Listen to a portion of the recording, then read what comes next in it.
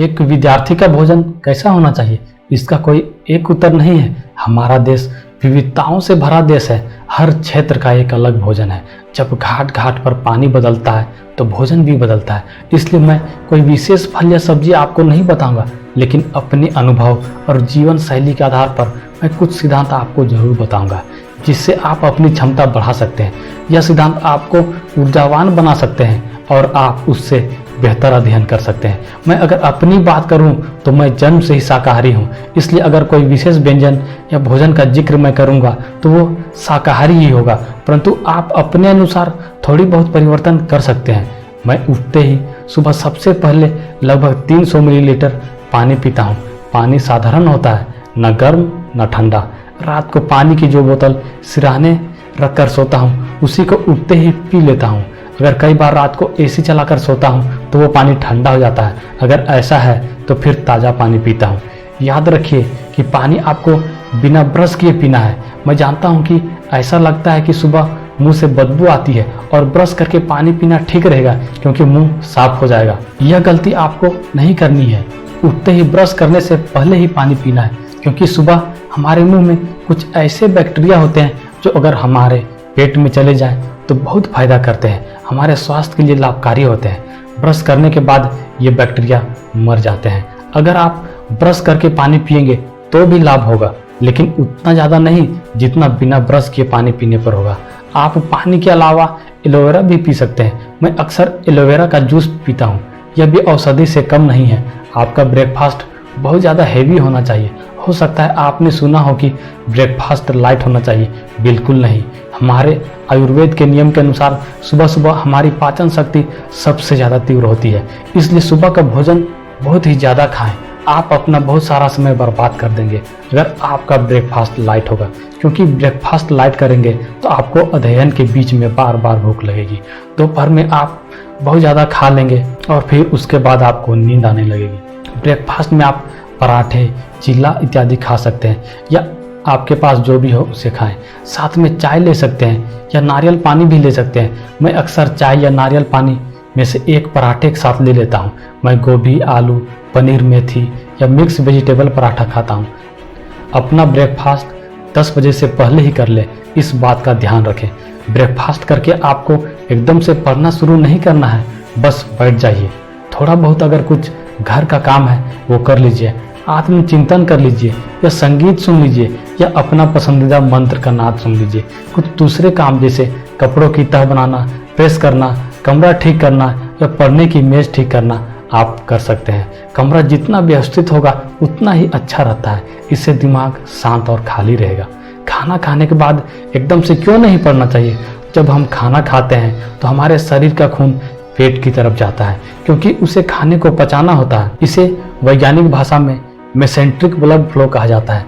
ऐसे समय में हमारे हाथ, पैर, मस्तिष्क या दूसरे अंगों में रक्त कम जाता है। हमारे रक्त में हीमोग्लोबिन ही ऑक्सीजन को पहुंचाने का काम करता है, और क्योंकि मस्तिष्क में रक्त कम जाता है इसलिए वहाँ ऑक्सीजन भी कम जाता है, और इसलिए खाना खाने के बाद नींद आती है।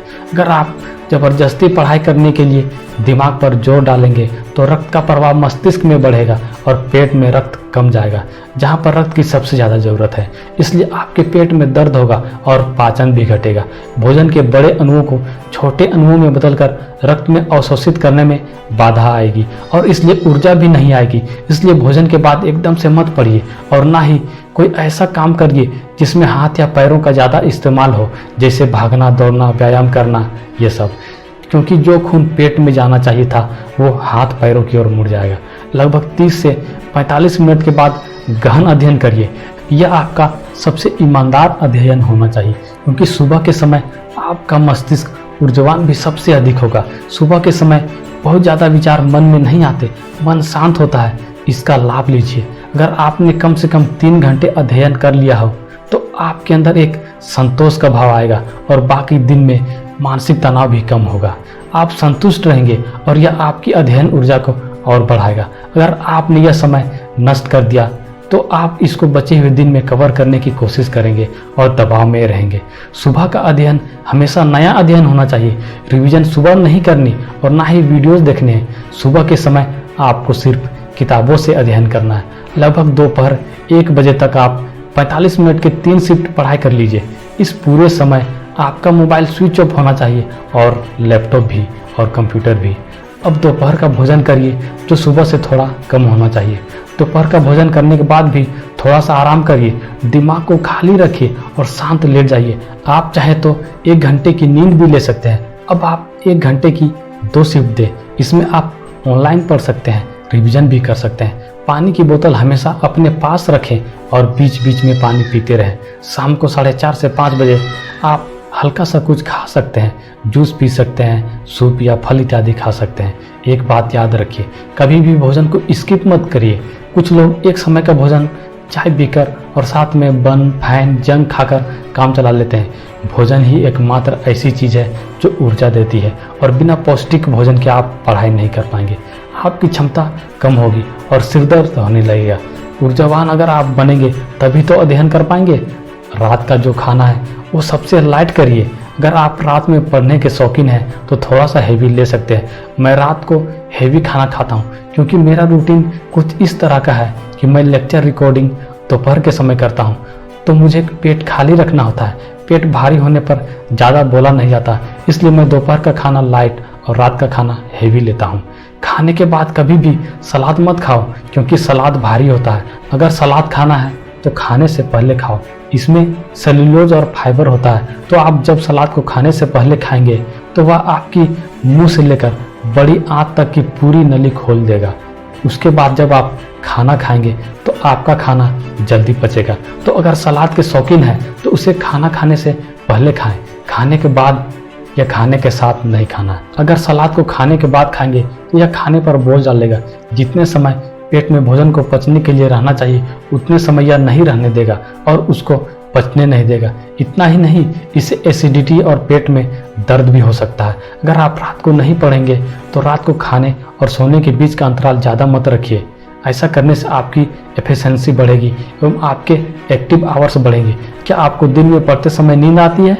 कभी भी तनाव मत लीजिए। तनाव ऊर्जा खा जाता है और नींद आने लगती है। हो सकता है पूरे जीवन आप औसत रहे हो।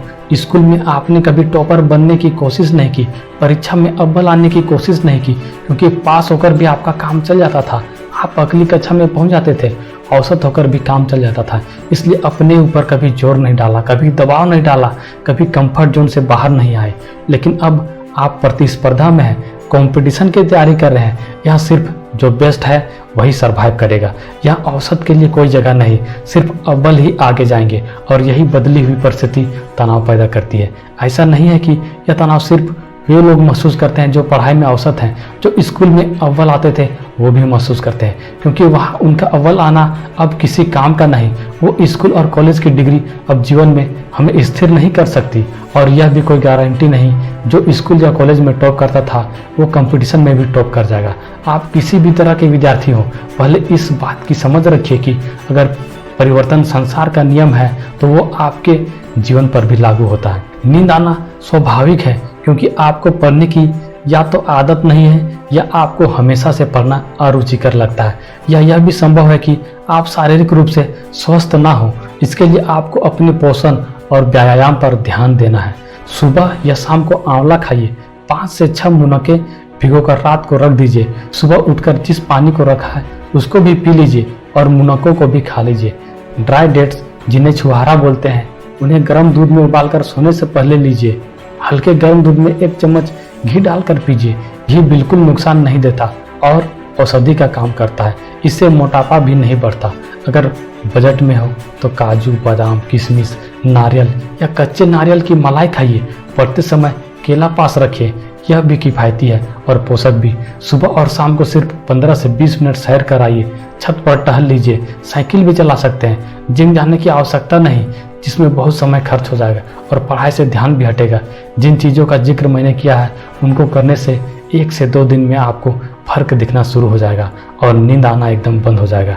आशा करता हूँ मैंने जो बात बताई उसे आप अपने जीवन में अनुसरण करेंगे और अपनी पढ़ाई को एक नई दिशा देंगे और आप अपनी मंजिल तक पहुँचेंगे।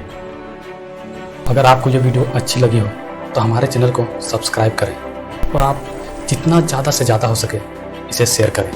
तो फिर मिलते हैं अगली वीडियो में।